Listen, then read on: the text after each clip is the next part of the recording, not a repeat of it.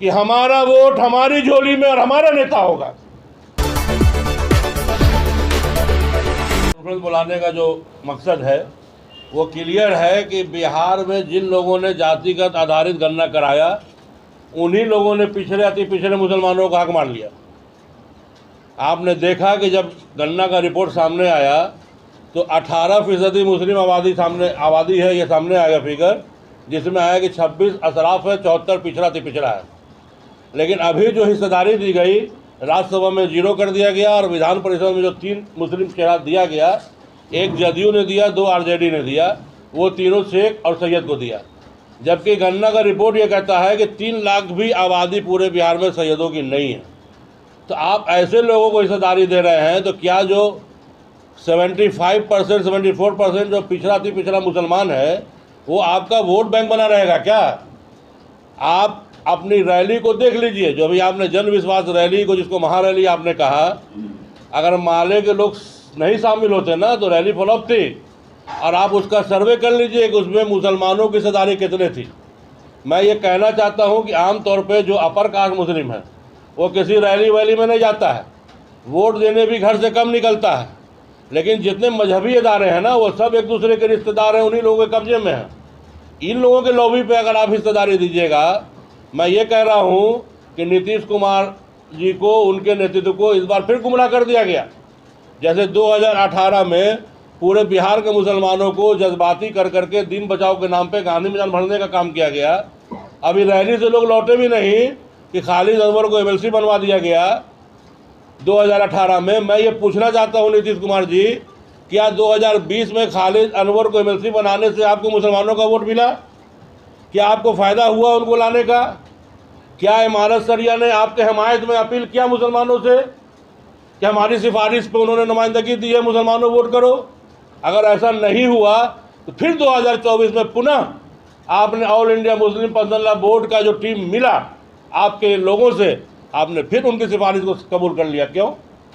तो आप जो है अशराफिया तबका का सिफारिश कबूल कीजिए, आप उन्हें हिस्सेदारी दीजिएगा, तो ये जो पिछड़े मुसलमान हैं वो कहाँ जाएंगे? एक तरफ इनका मामला है, दूसरी तरफ राष्ट्रीय जनता दल का 1990 से 2024 तक का तारीख है कि उसने कभी भी पिछड़े अति पिछड़े मुसलमानों को कहीं भी किसी तरह की हिस्सेदारी नहीं दी है। अभी राजद के कोटे से 15 विधान परिषद के सदस्य हैं, जिसमें 6 स्वर्ण हिंदू हैं, जिसमें 3 भूमियार हैं, 2 राजपूत हैं, 1 ब्राह्मण है, और 3 स्वर्ण मुसलमान हैं, 2 शेख हैं, 1 सैयद है। ये जो 15 में 9 आपने दिया है जिन लोगों को, क्या आपका ये वोटर है? अगर है भी तो 15% वोटर को आपने 9 सीट दे दिया, और 85% जो वोटर है आपने उसको 0 कर दिया।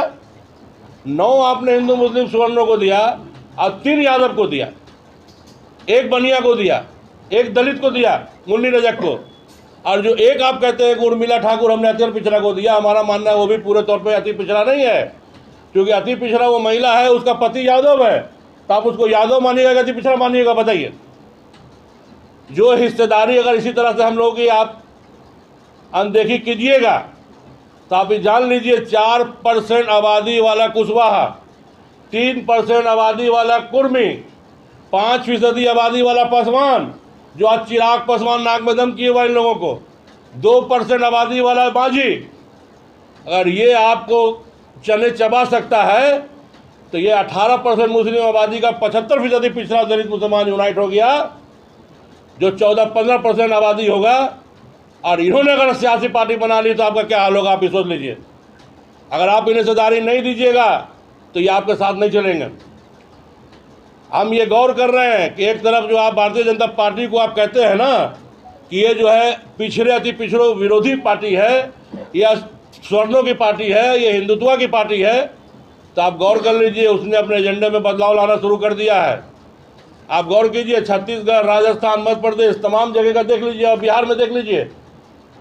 छत्तीसगढ़ में आदिवासी मुख्यमंत्री बना है, मध्य प्रदेश में पिछड़ा मुख्यमंत्री बना है, राजस्थान में भाजपा ने दलित और राजपूत और ब्राह्मण को मिला के समीकरण बनाया है, 2 राज्यसभा भेजा, बिहार में दोनों अति पिछड़ा को दिया, 4 पार्षद दिया तो 1 दलित को दे दिया समर्थन में, और बाकी 3 में 1 ब्राह्मण को दिया, 2 पिछड़ा को दे दिया। विधानसभा अध्यक्ष बनाया तो उसने यादव को बनाया। आज 14% यादव की आबादी जब गन्ना में सामने आ गई तो चारों तरफ से उसको हिस्सेदारी मिल रही है। पहले भी मिल रही थी, अब और बढ़ चढ़ के मिल रही है। आरजेडी भी दे रहा है, जदयू भी दे रहा है, माले भी दे रहा है और बीजेपी भी दे रही है। पिछड़े मुसलमान कहाँ जाएंगे? हमारा ये कहना है कि अगर इन लोगों ने नहीं सुधार किया तो बैकवर्ड मुस्लिम मोर्चा भी मजबूर हो जाएगा। आने वाले दिनों में एक सियासी पार्टी का गठन हमें भी करना पड़ेगा और ये नारा देना होगा कि हमारा वोट हमारी झोली में और हमारा नेता होगा। वोट हमारा, झोली हमारा, नेता हमारा। अभी तक हमने आपको सपोर्ट किया है। हम भारतीय जनता पार्टी के लोगों से भी अपील करना चाहते हैं कि जिस वक्त देश आज़ाद हुआ था तो उस वक्त कांग्रेस का भी रवैया वही था जो बीजेपी का रवैया है।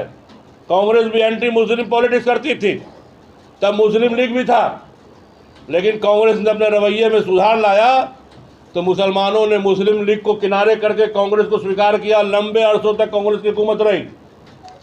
भारतीय जनता पार्टी भी अगर अपने आइडियोलॉजी में सुधार लाती है, जिस तरह से भारतीय जनता पार्टी ने आज एक समीकरण बनाया कि हिंदुत्व को एकजुट करने के लिए नरसिम्हा राव लालकृष्ण आडवाणी को भारत रत्न दिया, तो दूसरी तरफ चौधरी चरण सिंह और कर्पूरी ठाकुर को भी दिया। तीसरी तरफ सत्ता में हिस्सेदारी दिया तो ये ख्याल रखा कि पिछड़ा अति पिछड़ा सारे लोगों को मिल जाए। उसी तरह हम ये कहना चाहते हैं कि ये जो नफरत की राजनीति है, वोट पॉलिटिक्स के लिए आप करते हो, आप नफरत की राजनीति को बंद कर दो, मुसलमानों को गले लगाओ तो मुसलमान भी लब्बैक करने को तैयार है। मुसलमानों को क्या चाहिए? शांति चाहिए, अमन चाहिए। अगर आप ऐसा कीजिएगा, कोशिश कीजिएगा, तो याद रखिए कि एक बड़ी आबादी जब आपसे जुड़ेगी तो फिर आपको यहाँ की सत्ता से कोई बेदखल करने वाला पैदा नहीं होगा।